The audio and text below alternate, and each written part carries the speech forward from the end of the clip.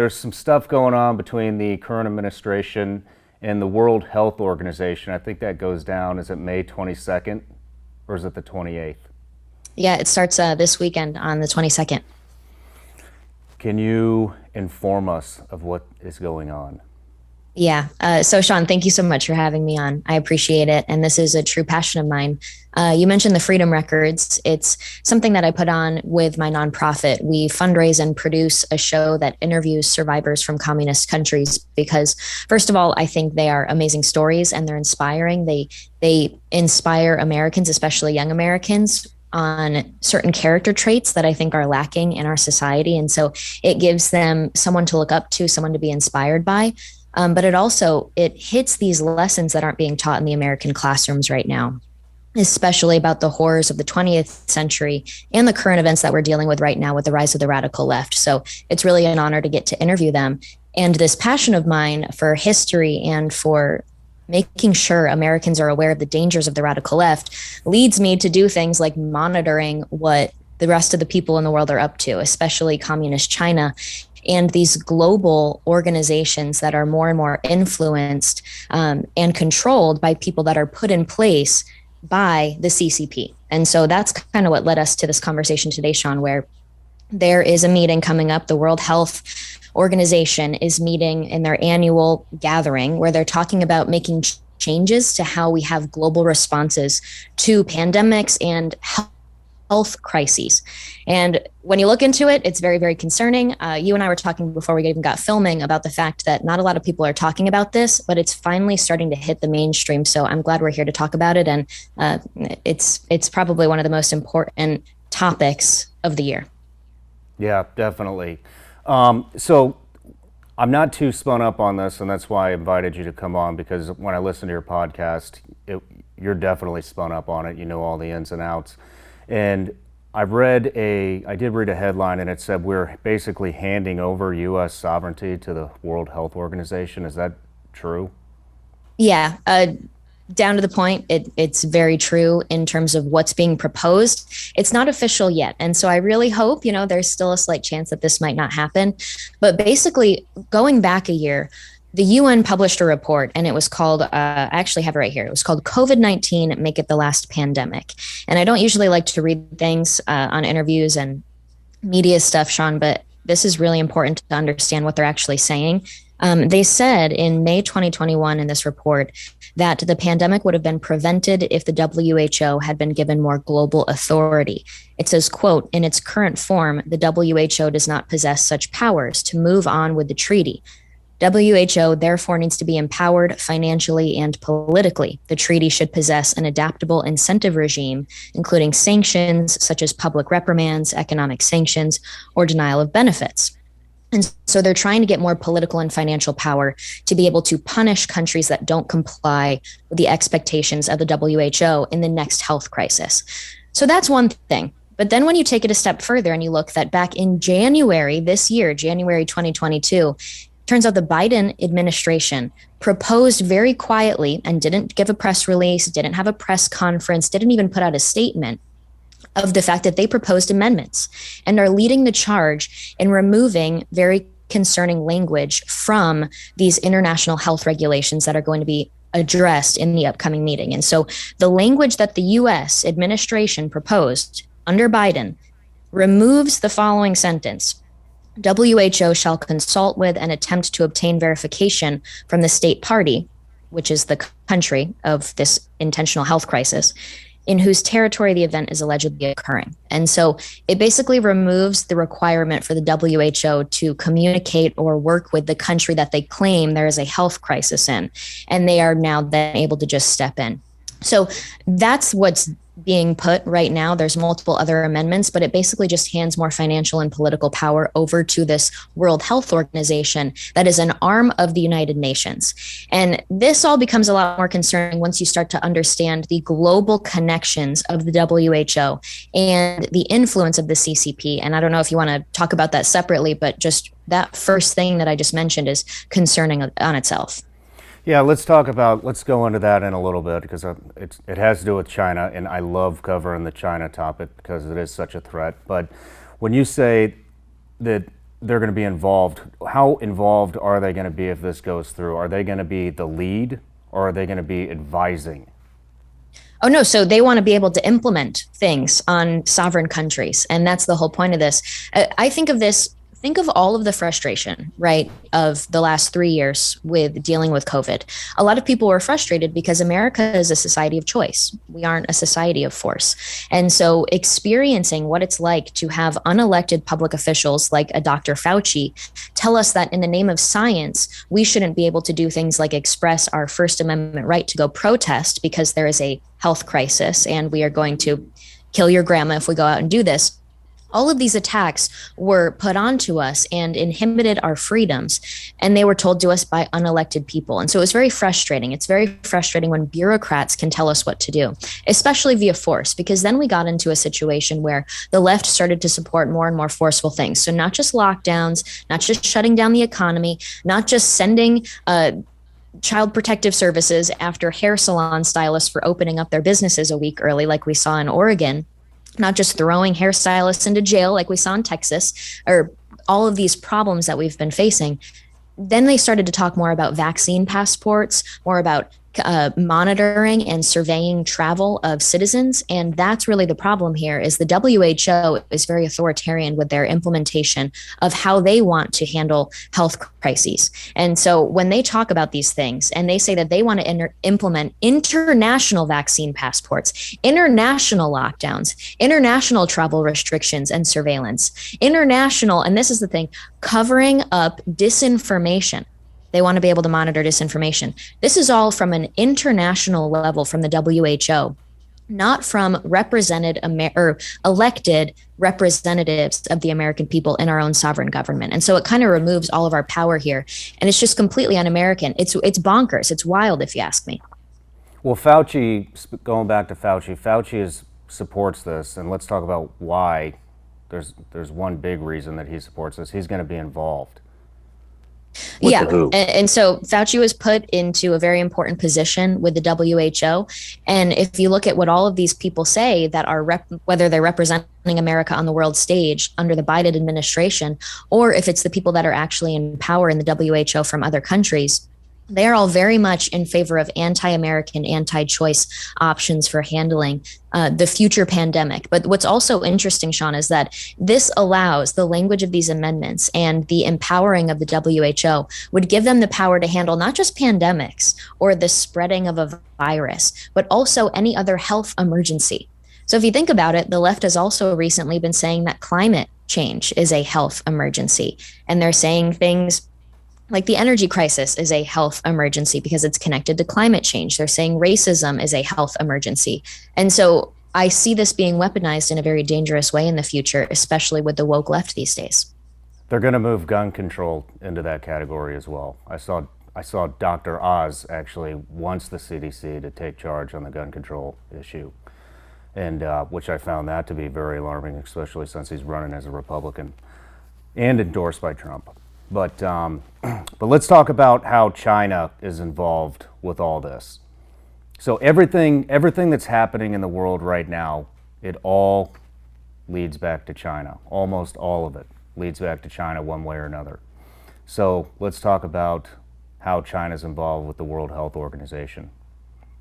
Yeah, of course. And this right here should awaken every single American that hears it, because I'm honestly like at a loss for words when I look at the actual information. I want to think that this is just a crazy situation where I've gone down a rabbit hole, Sean, but this is very real and it's very happening. So Xi Jinping, who is the leader of Communist China has been a disastrous regime for decades, and they've been very good at hiding their past, rebranding themselves on the international stage today. They have been buying influence in many things, but specifically in the WHO. And so in 2017, Tedros, who is the current director general of the WHO, was put into power, and he beat out the UK candidate for the position. And it turns out it's because Communist China used their non-transparent aid funds to buy votes from developing countries. And so China handed over a bunch of money to countries that really needed it. And next thing you know, a communist, a self-identified communist member of the Communist Party in Ethiopia, who is not even a doctor. This is the first time a non-medical doctor has been elected to this position. He was voted in and put in place by the Chinese Communist Party. So when COVID-19 first broke out, I'm not sure how much you remember from this, but the leader of the WHO, the one that was put in charge by the CCP, Tedros, he ended up praising Communist China from the start, saying that they were setting an example for the world on how to handle pandemic outbreaks. And he helped them hide the fact that China lied about COVID-19 being spread from person to person, because that's exactly what they were telling the world in the beginning. Once that lie came out and it was clear that this was something that definitely could be spread from person to person, they started to backtrack and lie. And then they allowed the CCP to cover up the fact that they were disappearing doctors and journalists for trying to expose the fact that the CCP was behind this. Not only that, they then went into a propaganda cover-up campaign to hide the fact that this is probably connected to the Wuhan lab, not some marketplace in China like they tried to initially say. And we can look at example after example of how this man, Tedros, has been helping the CCP cover it up. So now you have this man in charge of the WHO, and the CCP put him in there. And now we are handing over potential authority to the WHO to claim in any country that they see fit that there is a current health emergency going on that could affect international health. And so they need to step in. And what, like you said earlier, they could use it for gun problems. They could use it for claiming climate change is an issue and use wokeness against us. Or they could claim that there is another health problem with a pandemic. Well, what a disaster. What a disaster. Yeah, they could pretty much, nowadays they're going to just turn anything they want into a health crisis so that they can get in there. Do you have any idea of how much money the CCP is pumped into the WHO? I know it's not as much as other countries. The US is pretty much the largest supporter. And then get this, even before the COVID-19 pandemic, the second largest funder of the WHO is Bill Gates and Melinda Gates, their foundation. So I find that a little interesting that you can be a billionaire and then become the second largest funder of such an important organization that could potentially, with the help of the Biden administration, the administration of the United States, hand over authority to make such important decisions about surveying people and forcing them to take vaccinations and locking them down, stopping their businesses. This is all completely anti-American.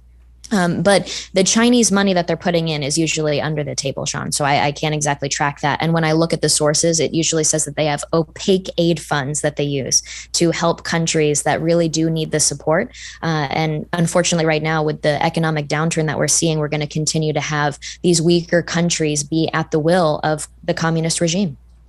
Well, they're still tied. Even Bill Gates is tied in with China, and so many of our politicians are tied in with China, and even if there's not direct payments, it's business ties, which they can, blackmail these guys and shut their businesses down in China, which is the money. And so they're still pumping it in. It's just China's smart, they play a long game. They're very smart on how they're doing their dealings, and not very many people are exposing it. Is there anything else that we're missing about all this that needs to be told? Well, just the fact that they are going to say that this is disinformation for us to be talking about it, but it's very real. I've been looking into what other countries are doing. I believe in the UK, there is discussion of requiring via petition for this to go to a vote by the citizenry before it is supported by the health representatives of the UK going and voting on behalf of the entire population there. And so I think the biggest problem that we face in many of the problems in America is just awareness. We aren't taught about these issues and the concerns of these global authorities, or the history of the rise of communism, the history of communist China and what they're up to now. I mean, we just had the Olympics in Beijing, so that says enough about the situation. we aren't properly aware of these. And going back to the foundation of the country, we're supposed to be a federalist system with checks and balances of power. The power is supposed to be spread out, and then you have to be able to check the power. The whole problem with these bureaucratic agencies that are given so much funding power, so much decision making power, not with having to pass a law to require us to do certain things, but just with health mandates, they're able to dictate and control our lives. That alone is anti-American. Now take that out of the federalist system of America, where we could still potentially hold Fauci accountable. I don't see any potential way for us to hold the WHO accountable, or for us to hold anybody who is in that organization accountable if they infringe on our freedoms, oppress American citizens, and do some really terrible things in the future. So this idea of removing checks and balances and putting America on the stage for the world to come in and invade us if they declare we have a health emergency is just horrifying to me. I can't find the words, and I'm sorry that I'm not sounding more eloquent in this interview, but this is truly an issue that just baffles me, and I've been doing this for years now, so I'm pretty shocked by it. Well, that'll be the plan to come in, guaranteed. The big question that everybody always has with things like this is, what can we do? What can people do? We're trying to bring awareness. That's my whole goal here, is to bring awareness and get a big audience to realize what's about to happen here. What can they do? What can the viewers do?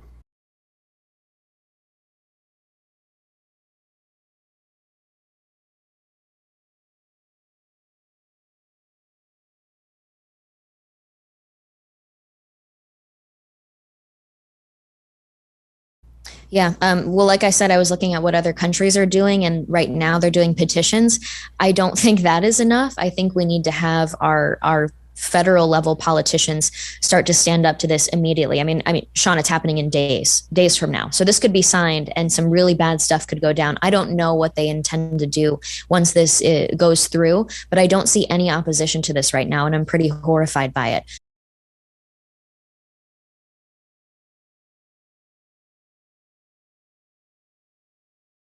That being said, I try and track what other people are covering. I was shocked that this didn't get picked up for a while. I think because a lot of people assumed that this couldn't possibly be real.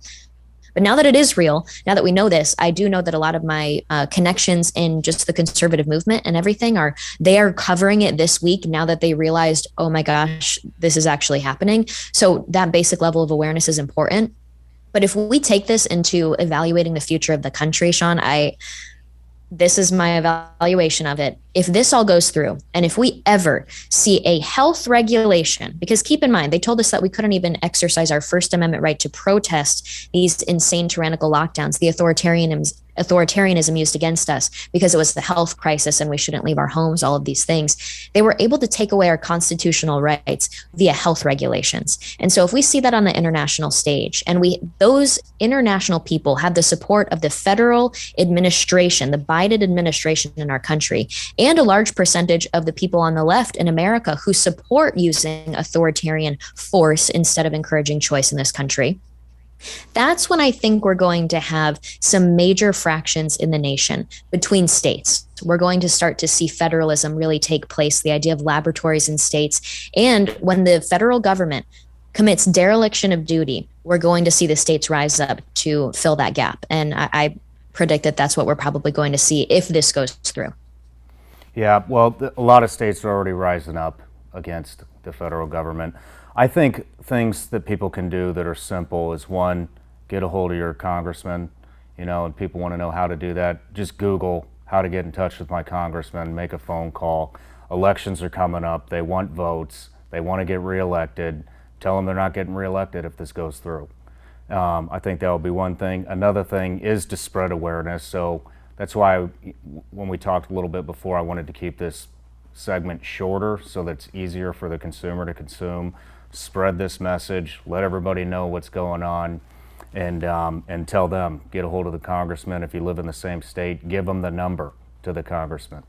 And Oh, sorry. And Sean, I just want to add too, this is all about funding. And so this is really important, especially with senators.